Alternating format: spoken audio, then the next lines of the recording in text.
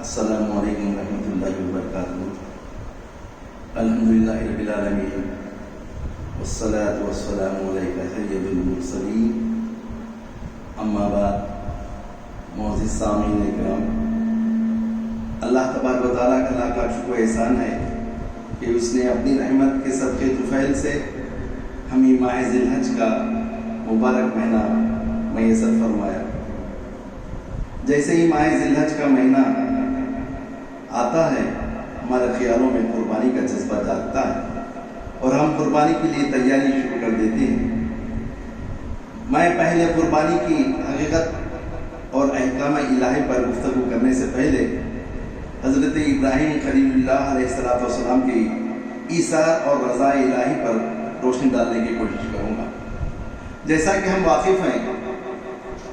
حضرت ابراہیم خلیل اللہ علیہ السلام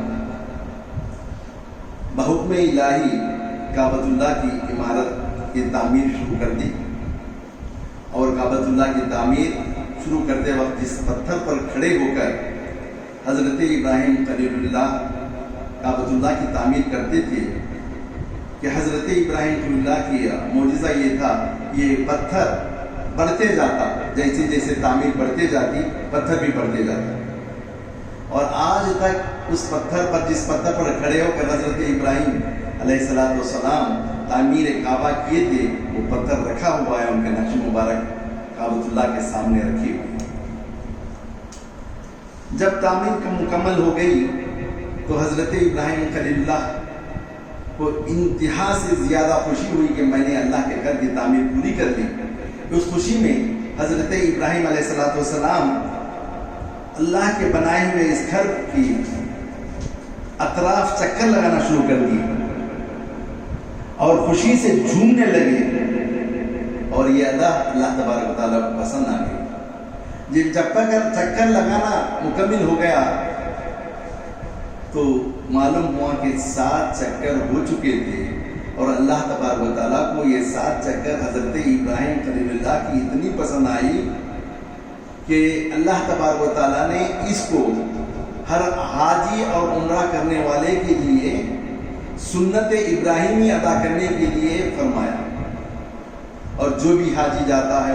حج کرنے کے لیے، جو بھی عمرہ کرنے کے لیے جاتے ہیں، طواف کعبہ کرتے ہیں اور 7 چکر لگاتے ہیں، وہ 7 چکر یہ ہیں کہ حضرت ابراہیم خلیل اللہ نے ادا کی تھی۔ اللہ تبارک و تعالیٰ کو اپنے محبوبین کی ادائیں اتنی پسند آتے ہیں کہ اپنے بندوں کے لیے اس کو واجب اور سنت قرار دیا جاتا ہے۔ اللہ تبارک و تعالیٰ کے حکم سے جب کعبۃ اللہ کی تعمیر مکمل ہو گئی اور حضرت ابراہیم علیہ السلام اللہ کے حکم سے جب آگاہی ہونے کے بعد اللہ کا شکر ادا کرتے ہوئے 2 دکانیں نماز ادا کرتے ہیں، اور پھر اللہ کا حکم ہوتا ہے کہ ابراہیم تم نے ہم جو حکم دیا تھا حکم پورا کر لیا، اب ہم چاہتے ہیں کہ تمہاری بیوی اور بچے کو چھوڑ کر اسلام کی اشاعت کے لیے نکلو اور اسلام کی اشاعت کرو اور لوگوں کو اللہ کی طرف راغب کرو اور اپنا کلمہ پڑھائیں۔ حضرت ابراہیم علیہ السلام سوچتے ہیں کہ میں برسوں اللہ تبارک و تعالیٰ کے بارگاہ اقدس میں دعا کرنے کے بعد اللہ تبارک و تعالیٰ نے ایک بیٹا اللہ تبارک و تعالیٰ نے عنایت فرمایا تھا، جس کو چھوڑ کر اللہ کا حکم ہو رہا ہے کہ چلے جائیں اور اشاعت کریں، اسلام کریں۔ تو حضرت ابراہیم علیہ السلام سوچتے ہیں، پھر کہتے ہیں کہ یہ اللہ کا حکم ہے، بس بچے کو اور بیوی کو چھوڑتے ہیں مکہ معظمہ میں اور اللہ کے دین کی اشاعت کے لیے نکل پڑتے ہیں۔ بس بی بی حاجرہ جو حضرت ابراہیم علیہ السلام کی زوجہ محترمہ ہیں، وہ بچے کو لے کر وہیں زندگی گزارنے کے لیے کچھ لمحات کے لیے سوچتے ہیں کہ میں کیسی زندگی گزاروں۔ بس اللہ تبارک و تعالیٰ کا جب حکم سامنے آتا ہے تو کہتے ہیں کہ اللہ جب حکم دیا ہے میرے شوہر کو تو یہ میری دیکھ بھال اللہ تبارک و تعالیٰ کر لے گا۔ بس تھوڑی دیر میں کیا ہوتا ہے کہ بچہ پانی کے لیے بلبلا رہا ہے، پانی کے لیے چیخ پکار رہا ہے، اور بی بی حاجرہ کے پاس کوئی پانی نہیں تھا، وہ ادھر سے ادھر دوڑنا شروع کر دیے دوڑتے دوڑتے کیا ہوتا ہے کہ 7 چکر جب ختم ہوتے ہیں تو بچے جو ایڑیاں رگڑتے ہیں، بچہ اسماعیل علیہ السلام جو اپنی ایڑیاں زمین پر رگڑ رہے تھے، اس سے پانی کا چشمہ ابلتا ہے اور پانی ایسی تیز رفتار سے نکلتا ہے کہ بی بی ہاجرہ دیکھ کر خوش ہو جاتی ہیں اور کہتے ہیں کہ زم زم، پانی سے کہتے ہیں کہ زم زم، زم کے معنی عربی میں ٹہرنے کے ہیں۔ بی بی ہاجرہ کہتے ہیں کہ پانی کو ٹہر جا، پانی ٹہر جاتا ہے۔ مورخین لکھتے ہیں اگر بی بی ہاجرہ اگر پانی کو ٹہرنے کا حکم نہ دیتے، پانی اتنا تیز رفتار ہوتا کہ پوری دنیا بہہ جاتی۔ اسی لیے آج تک ہم اس پانی کو آب زمزم کہتے ہیں، زمزم کا پانی کہتے ہیں۔ اس طریقے سے جب یہ 7 چکر بی بی ہاجرہ کرتی ہیں تو یہ بھی ادا اللہ تبارک و تعالیٰ کو پسند آ جاتی ہے، اپنے محبوب کی بیوی کی ادا بھی پسند آ جاتی ہے، اور ہر حاجی اور عمرہ کرنے والے کے لیے یہ 7 چکر بھی واجب قرار دی گئی ہیں جو ہم کو ادا کرنا ضروری ہے۔ اسی لیے جو بھی ہم کے معظمہ میں حج کے موقع پر، عمرہ کے موقع پر جو بھی ہم عبادتیں کرتے ہیں، وہ اللہ کے محبوب کے جو بھی کام کیے ہوئے ہیں، جو بھی عبادتیں کیے ہوئے ہیں، ان کو اللہ تبارک و تعالیٰ اپنے بندوں پر سنت اور واجب کا درجہ دے چکا ہے۔ اللہ تبارک و تعالیٰ فرما رہا ہے کہ جب میرے بندے میرے سے خوش ہو کر عبادت کرتے ہیں تو میں ان کی دعاؤں کو قبول کر لیتا ہوں۔ بس اللہ تبارک و تعالیٰ کے حکم سے حضرت ابراہیم خلیل اللہ علیہ السلام دین کی اشاعت کے لیے نکل جاتے ہیں اور پورے 13 سال کا عرصہ گزر جاتا ہے۔ جب واپس آتے ہیں تو بچہ 13 سال کا ہو جاتا ہے، بڑا ہو جاتا ہے۔ اور کیا ہوتا ہے کہ چند دن گزرنے کے بعد حضرت ابراہیم خلیل اللہ علیہ السلام کو خواب ہوتا ہے کہ خواب میں کیا دیکھتے ہیں کہ اپنے بیٹے، عزیز بیٹے کو قربان کر رہے ہیں، اس کو ذبح کر رہے ہیں۔ حضرت ابراہیم خلیل اللہ تعجب ہوتے ہیں کہ یہ اللہ کا کیا امتحان ہے، میرا اکلوتا ایک بیٹا جو برسوں سے میں دعا مانگنے کے بعد اللہ تبارک و تعالیٰ نے مجھے عنایت فرمایا تھا، آج اسے قربانی کا میں خواب دیکھ رہا ہوں۔ تو صبح اٹھتے ہیں، کئی ہزار بکریاں قربان کر دیتے ہیں۔ پھر دوسرے دن میں یہی خواب ہوتا ہے، اٹھتے ہیں، کئی اونٹ ذبح کر دیتے ہیں۔ پھر تیسرے دن بھی جب دیکھتے ہیں تو وہی خواب ہوتا ہے، تو کہتے ہیں کہ اللہ کا منشا یہ ہے کہ میرے بیٹے کو قربان کر دوں۔ بی بی ہاجرہ سے کہتے ہیں کہ بیوی سنیے، آج اس کو تیار کیجئے، نہلا دھلا کر، کپڑے پہنا کر، خوشبو لگا کر تیار کر دیجئے، میں ہمارے دوست کے یہاں دعوت میں لے جا رہا ہوں۔ دوست کی دعوت مانے، اللہ تبارک و تعالیٰ نے ابراہیم علیہ السلام کو اپنا خلیل یعنی اپنا دوست بنا لیا ہے۔ ابراہیم خلیل اللہ کے نام سے ہم یاد کرتے ہیں۔ حضرت ابراہیم خلیل اللہ نے حضرت اسماعیل ذبیح اللہ کو لے کر نکلتے ہیں اور قربانی کے لیے چلے جاتے ہیں، مکے سے مینا کی طرف جاتے ہیں اور وہاں لے کے جاتے ہیں تو شیطان ابلیس لعین دیکھتا ہے کہ اللہ کے ہر حکم کو حضرت ابراہیم خلیل اللہ مانتے ہیں اور ادا کرتے ہیں، اور اللہ کے برگزیدہ بندے اور اللہ کے قربت میں اتنے آ گئے ہیں کہ میں برداشت نہیں کر سکتا، آ کر حضرت ابراہیم خلیل اللہ کو بہکانے کی کوشش کرتا ہے، کہتا ہے کہ اے ابراہیم خلیل، اپنے بیٹے کو جس کو آپ نے برسوں سے دعا فرما کر حاصل کیا ہے، کیا اس کو قربان کرنے کے لیے جا رہے ہیں؟ کیا اللہ کا منشا یہی ہے کہ تمہارے بچوں کو تم سے دور کر دے؟ تو حضرت ابراہیم علیہ السلام فرماتے ہیں کہ ابلیس لعین، یہ اللہ اور میرے بیچ کا معاملہ ہے، میں اللہ کے ہر حکم کو مانوں گا، اس کی رضا حاصل کرنے کی پوری کوشش کروں گا، کہہ کر کنکریاں لے کر شیطان کو مارتے ہیں تو شیطان دوڑ جاتا ہے اور کہتا ہے کہ ٹھیک ہے، تم نہیں مانے تو نہیں مانے۔ اب جاتا ہے حضرت اسماعیل ذبیح اللہ کے پاس، کہتے ہیں کہ اے بیٹے، تم چھوٹے ہو اور تمہارے باپ کے لاڈلے ہو، لیکن تم کو پتا ہے کہ تمہارے ابا کہاں لے جا رہے ہو۔ تو بیٹے حضرت اسماعیل ذبیح اللہ فرماتے ہیں کہ ابا مجھے ان کے دوست کی دعوت، ہاں دوست کی دعوت، لیکن دعوت وغیرہ کچھ نہیں ہے، آپ کو قربان کرنے کے لیے، آپ کو ذبح کرنے کے لیے آ جا رہا ہے، اور یہ کہہ رہے ہیں کہ ذبح کرنے کا حکم اللہ تبارک و تعالیٰ کا ہے، قربان جائیے۔ چھوٹا ننھا 13 سال کا بچہ کہتا ہے کہ اگر اللہ کا حکم ہے تو میں ایک اسماعیل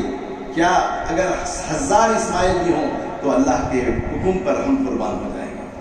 جب شیطان لعین دیکھتا ہے کہ یہاں بھی تیار نہیں ہے تو اسماعیل ذبیح اللہ بھی کنکنے لے کر مارتے ہیں تو وہ دوڑ جاتا ہے، دوڑے دوڑے بی بی ہاجرہ کے در پہ پہنچتا ہے، کہتا ہے کہ بی بی ہاجرہ سنو، تمہارے شوہر تمہارے بچے کو جو لے کر گئے ہیں اس کو ذبح کرنے کے لیے لے گئے ہیں اور کہتے ہیں کہ یہ رضائے الہی ہے۔ تو بی بی ہاجرہ کہتی ہیں کہ اگر یہ رضائے الہی ہے تو میں ایک بیٹا کیا اگر 1000 بیٹے ہوتے تو بھی قربان کر دیتی۔ یہ جذبہ قربانی ہے۔ حضرت ابراہیم خلیل اللہ، حضرت اسماعیل ذبیح اللہ اور بی بی ہاجرہ علیہم کے ساتھ ہم یادگار چیز بنانے کے لیے قربانی کا یہ دن یاد کرتے ہیں۔ بس حضرت ابراہیم خلیل اللہ میدان مینا میں پہنچتے ہیں اور بیٹا کہتا ہے کہ ابا جان جب اللہ کا حکم ہوا ہے کر گزریے اور انشاءاللہ تعالیٰ آپ کے بیٹے کو آپ صابرین میں پائیں گے۔ اور پھر اور ابراہیم خلیل اللہ سے حضرت اسماعیل ذبیح اللہ کہتے ہیں کہ ابا جان آپ مجھے سیدھا مت لٹائیے تاکہ ذبح کرتے وقت میرا چہرہ دیکھ کر آپ کو کہیں محبت غالب نہ آ جائے،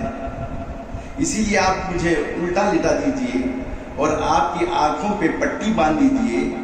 اور میرے پیر و ہاتھوں کو باندھ دیجئے تاکہ تڑپتا ہوا میں قربان نہ ہو جاؤں۔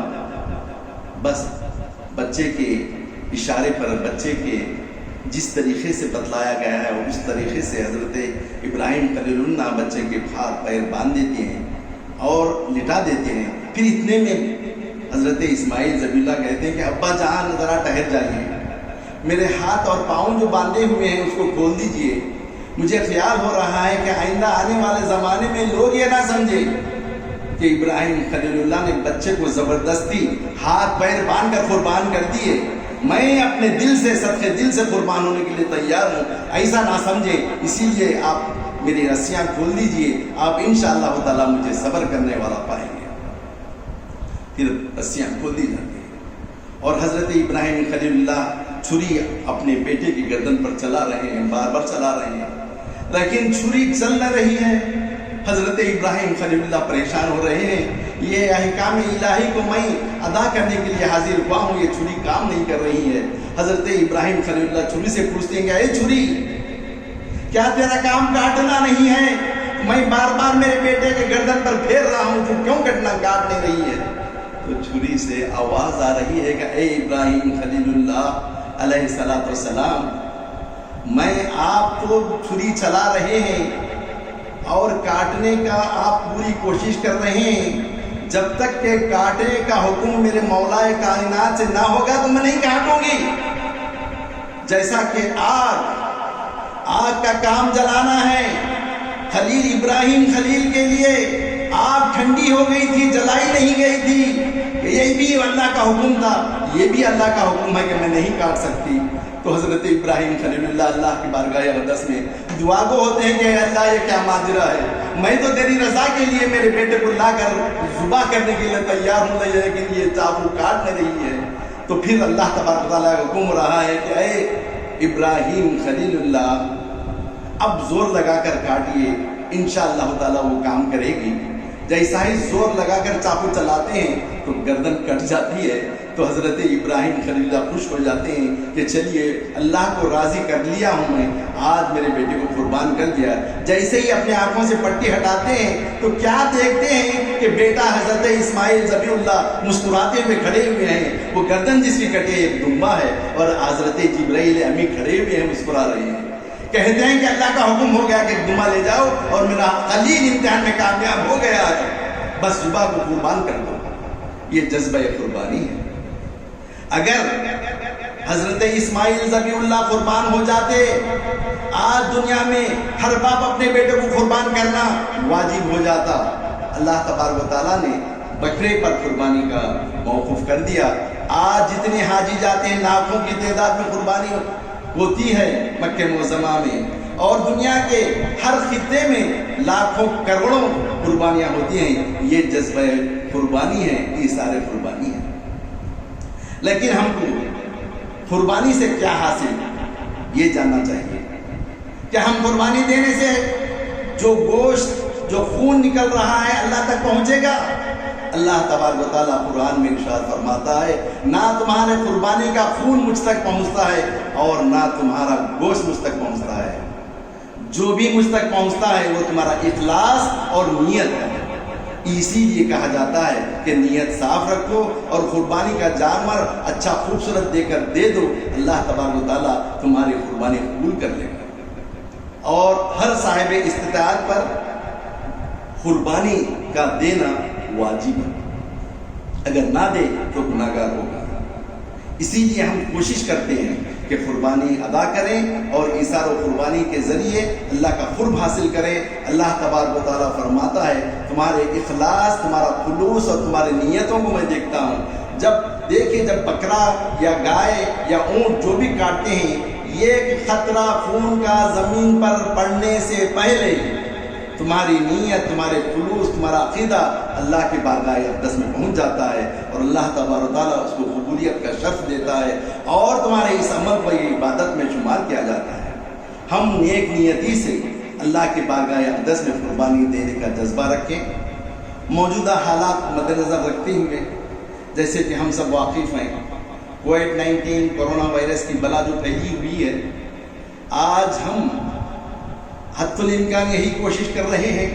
کہ اللہ عز و جل ہم سے ناراض ہے، ایسے وائرس کو دنیا میں بھیج دیا ہے کہ نہ اس کی کوئی دوا ہے، نہ اس کی کوئی پہچان ہے، نہ ڈاکٹر سمجھ رہے ہیں۔ بس یہی ہم سوچ رہے ہیں، یہی ڈاکٹرز ازمپشنز کر رہے ہیں کہ یہ ہو سکتا ہے کہ یہ بیماری ایسی ہے، یہ بیماری ایسی ہے، یہ اس سے آتی ہے، لیکن ہم سب میں جو بھی ہم ازمپشنز کر رہے ہیں اس میں ناکام ہیں۔ جتنے ٹیسٹ کروا رہے ہیں، جو پازیٹو ٹیسٹ نکل رہے ہیں، ان لوگوں میں نہ کوئی سمٹمز نظر آ رہے ہیں، نہ کوئی بخار ہے، نہ کھانسی ہے، نہ نزلہ ہے، نہ کوئی بریتھنگ پرابلم، سانس لینے کا مسئلہ ہے، لیکن پھر پازیٹو ہے۔ کیا ہے؟ لوگ پریشان ہیں، پھر بھی لوگ جو بھی مر رہے ہیں۔ اللہ تبارک و تعالیٰ فرماتا ہے جب تم حد سے زیادہ گناہ کرتے ہیں تو میں تمہارے لیے ایسا انجام دے دوں گا کہ تم کو سمجھ میں نہیں آئے گا کہ کیا ہو رہا ہے۔ اسی لیے ہم اللہ کی بارگاہ اقدس میں رجوع ہو کر بار بار دعائیں کر رہے ہیں، گڑ گڑا رہے ہیں، اولیاء کرام کی بارگاہ پر جا رہے ہیں، گڑ گڑا رہے ہیں، اولیاء اللہ کی دعا کر رہے ہیں، لیکن کیا بات ہے کہ ہماری دعاؤں میں اثر نہیں ہے؟ کیا بات ہے؟ اولیاء اللہ ہم سے ناراض ہیں، اللہ ہم سے ناراض ہے، اللہ کے محبوب بندے ہم سے ناراض ہیں، تو پتہ یہ چلتا ہے کہ صرف عبادتیں ہی ہمارے لیے کافی نہیں ہیں۔ اللہ کا منشا دیکھیے، اللہ تبارک و تعالیٰ فرماتا ہے میری عبادت کرنے کے لیے کئی فرشتے مقرر کر دیے گئے ہیں۔ انسانوں کو دنیا میں بھیجنے کا واحد مقصد یہ ہے کہ وہ زندگی میں اللہ اور اس کے رسول کے بتلائے ہوئے راستے پر چلتے ہوئے زندگی گزاریں اور عبادتیں کریں، تو وہ میرا محبوب بندہ، منفرد بندہ ہو جائے گا۔ لیکن آج ہمارا یہ حال ہے، آج ہم اپنے آپ کو مسلمان کہتے ہیں، نمازیں پڑھتے ہیں، روزے رکھتے ہیں، قربانی دیتے ہیں،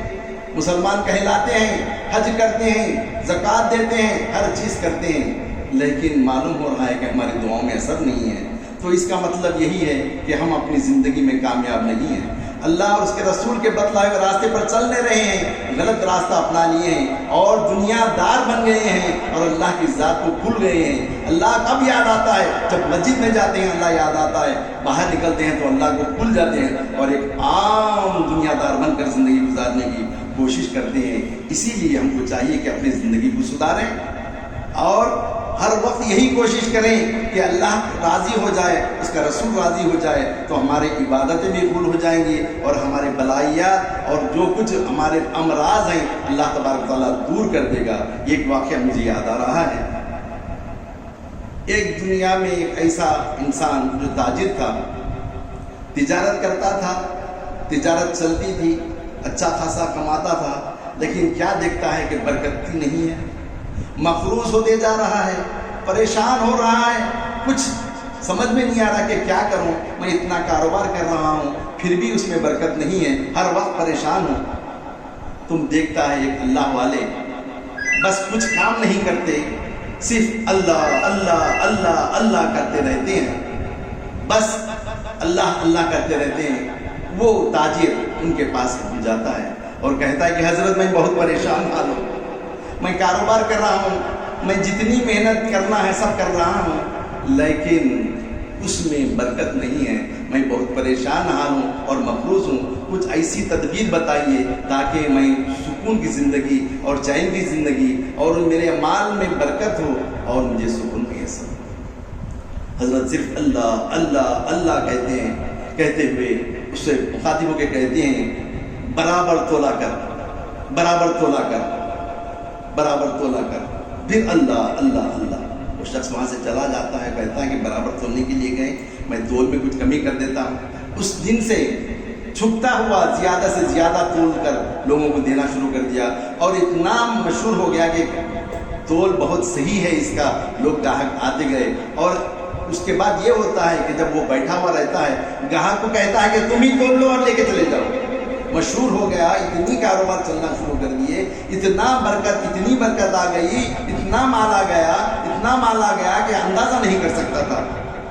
اس کے بعد اس نے سوچا کہ اللہ تبارک تعالیٰ نے مجھے بہت چیزیں دے دیا ہے، اور اس نے سوچا کہ اب سونے کی ترازو بنانے کی سوچا، سونے کی ترازو بنانے کے لیے آرڈر دے دیا، بن کر آ گئی، لیکن پریشان ہو گیا کہ حضرت کیا کہتے ہیں، میں تو ترازو تو بنوا لیا، لیکن پھر دوڑا دوڑا حضرت کے پاس جاتا ہے تو دیکھتا کیا ہے، وہ حضرت بیٹھے ہوئے اللہ اللہ اللہ کر رہے ہیں۔ حضرت سے کہتا ہے کہ حضرت آپ کے مشورے پر میں نے اچھا صحیح تولنا شروع کر دیا، اور اللہ تبارک و تعالیٰ نے اتنی برکت دیا، اتنی برکت دی، اور میں مالا مال ہو گیا۔ آج میں ترازو کو سونے سے بنا دیا ہوں، اگر آپ کی اجازت ہو تو اس کو استعمال کر لوں۔ حضرت تو صرف اللہ اللہ اللہ کرتے جا رہے تھے، پھر کہے کہ اس کو سمندر میں پھینک دے۔ بس حکم تھا، گیا اور سمندر میں پھینک دیا، جا کر دکان پر بیٹھ گیا، دکان میں کاروبار کرنا شروع کر دیا۔ کئی دن ہو گئے، اس کے بعد کیا دیکھتا ہے کہ اس کے پاس گاہک باہر سے بھی آتے ہیں، سمندر سے بھی، سمندر پار کر کے دوسرے ممالک سے بھی اس کے پاس کاروبار کے لیے آتے ہیں۔ آتے آتے دیکھتے ہیں کہ کوئی سونے کا ترازو وہاں پڑی ہوئی ہے، تو وہ اٹھا لے کر کہتے ہیں کہ ہو نہ ہو اسی کی ہوگی، غلطی سے یہیں پڑ گئی ہوں گی، لا کر کہتے ہیں کہ یہ ترازو کیا تمہاری ہے؟ ہم کو ساحل پر پڑی ہوئی ملی۔